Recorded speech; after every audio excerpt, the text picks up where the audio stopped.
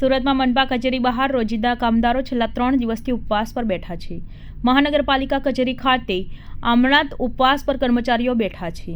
છેલ્લા 10 વર્ષથી ફરજ બજાવતા કર્મચારીઓને કાયમી કરવાની માંગ સાથે સફાઈ કર્મચારીઓ વિરોધ કરી રહ્યા છે। આજે ત્રીજા દિવસે મહાનગરપાલિકાની કચેરી બહાર રોજિંદા કામદારો ઉપવાસ પર બેઠા છે। 2500 જેટલા સફાઈ કર્મચારીઓને કાયમી નોકરી પર રાખવાની માંગ કરી છે। વર્ષોથી આ બાબતે કર્મચારીઓ રજૂઆત કરી રહ્યા છે, પરંતુ કોઈ ઉકેલ ન આવતા કર્મચારીઓ ઉપવાસ પર ઉતર્યા છે। ત્યારે જ્યાં સુધી યોગ્ય જવાબ નહીં આપે ત્યાં સુધી આમરણાંત ઉપવાસ પર બેસવાની ચીમકી સફાઈ કર્મચારીઓએ ઉચ્ચારી છે। ઉપવાસ પર બેસેલા હોવાથી કેટલાક કર્મચારીઓની તબિયત લથડી હતી। મારું નામ વસંત દિનેશભાઈ વાઘેલા। કેટલા સમયથી તમે સફાઈ કર્મીમાં હતા અને શું માંગ સાથે ઉપવાસ પર બેઠા?